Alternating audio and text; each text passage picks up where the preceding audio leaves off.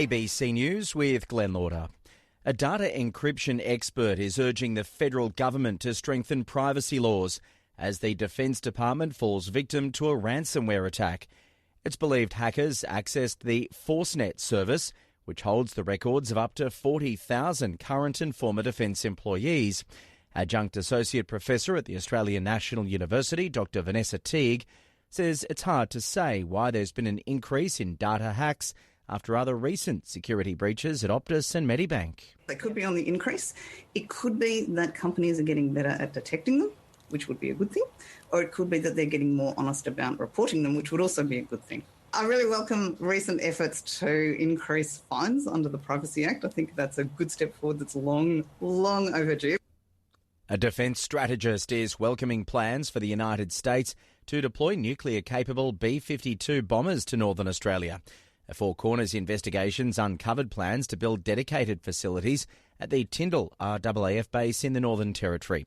Director of Strategic Insights Australia, Michael Shoebridge, says tensions with China are a growing concern. We're living in a more dangerous world now in 2022 than we were a decade ago, and American deterrence really matters for keeping our world safe. And for American deterrence to work, it's got to be active, and allies like Australia have a part to play in helping it work.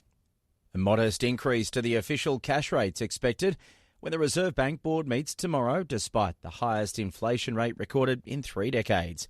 Here's David Chow. Tomorrow the Reserve Bank decision is out, so most people expect it'll be a small-ish rate hike, about 1/4 percentage point hike, though there is a chance it could be a 1/2 percentage point hike, especially after last week the inflation figures came out hotter than expected at a 32-year high. So futures markets are pricing in tomorrow pretty much a 1 in 4 chance that the Reserve Bank might go harder tomorrow. The mother of a young man who died by suicide shortly after being notified of a robo-debt bill says it's disgraceful that the scheme existed at all. Here's Jemima Burt. 22-year-old Jared Madgwick was among hundreds of thousands of Australians wrongly told they owed money to Centrelink under the botched debt recovery scheme robo-debt, which was suspended in 2019. A royal commission began in Brisbane today and heard senior government bureaucrats were warned of potential legal issues with the program in 2014, before it was rolled out.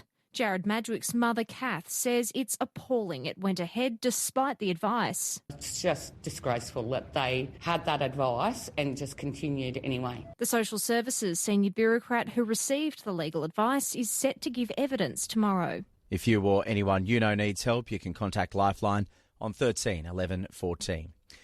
The WA branch of the Australian Medical Association says it's pleased to see the state government commit to an independent review of its handling of the pandemic.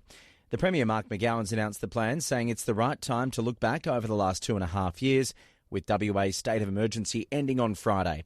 The President of the Australian Medical Association in WA, Mark Duncan-Smith, hopes the review will include input from people outside government. And I would like to see outcomes that actually are tangible, so that we can effectively get a instruction sheet or a recipe of how to approach future pandemic and health emergencies.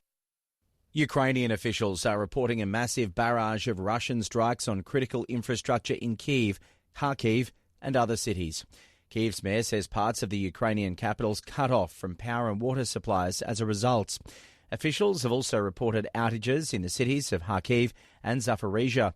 The attack comes 2 days after Russia accused Ukraine of a drone attack against Russia's Black Sea fleet off the coast of the annexed Crimean Peninsula. Ukraine's denied the attack, saying Russia mishandled its own weapons. And nearly 100 people have died in one of the most destructive storms to lash the Philippines this year.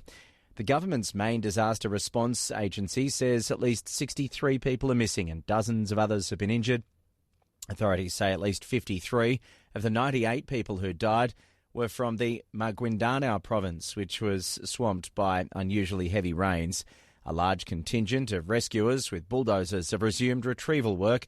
The storm blew out to the South China Sea, leaving a trail of destruction across the archipelago. ABC News.